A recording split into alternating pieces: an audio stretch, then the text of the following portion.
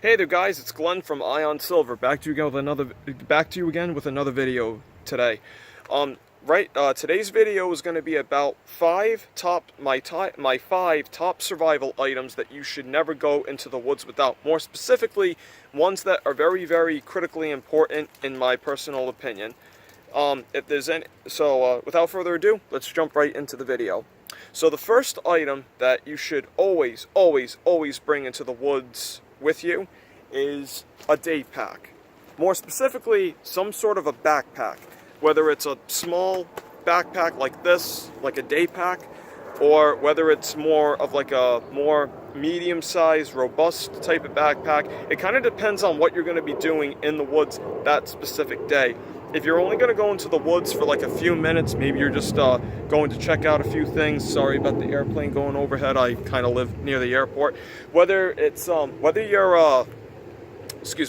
you're going out into the woods for just a few minutes or maybe a few hours, maybe you wouldn't need a backpack, but if you plan on spending the day in the woods, you definitely should bring some sort of a backpack with you. That's my personal recommendation, and I know other people might feel differently about it, but this is something that I personally recommend, and you will never see me going into the woods without one of these.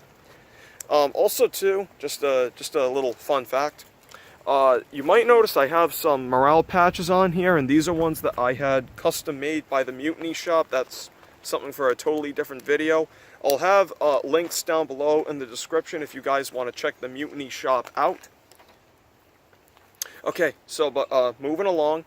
Number 2 is sunscreen. That kind of goes without saying, as like the day pack does. But sunscreen is definitely very important.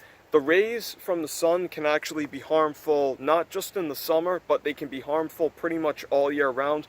And I've actually heard that when the sun is actually behind the clouds, that's when it's the most harmful to you. Now, you don't really need a lot of sunscreen, but some sunscreen is better than none at all.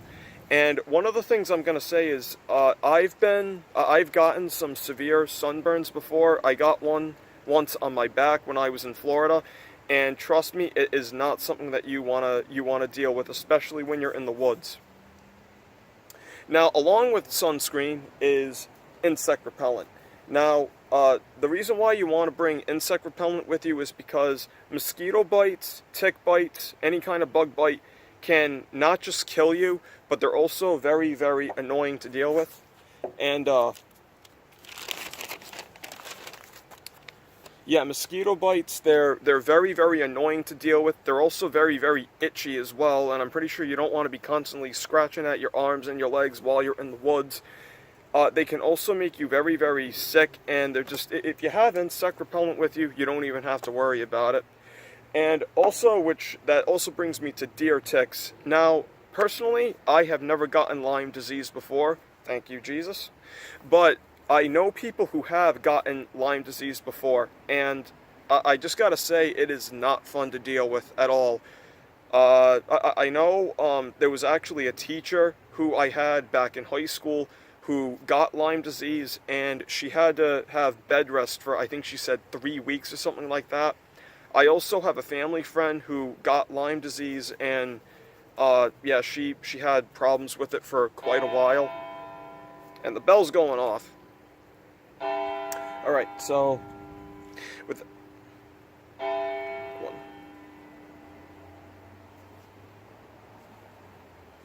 Okay, so the next item that you should never go into the woods without is some kind of a knife, or more specifically, some kind of a cutting tool.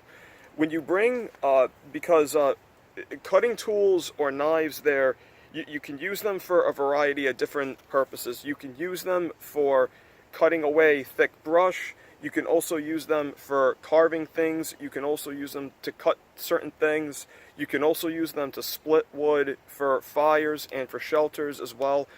And another thing you can also use this for too is you can use it for hunting. You can also use it for processing animals that you might hunt in the woods. And it's also a good way to defend yourself as well if any animal should attack you.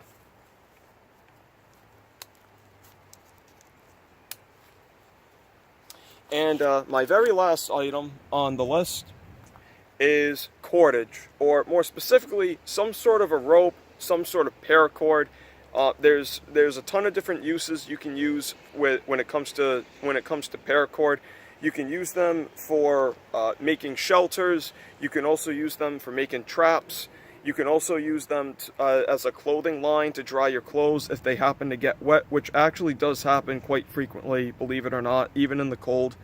And you can also use them for rappelling down steep inclines, like as hills or mountains, or like stuff with a lot of rocks, or actually rappelling down the side of an actual mountain. If you have cordage on you, definitely put it to good use.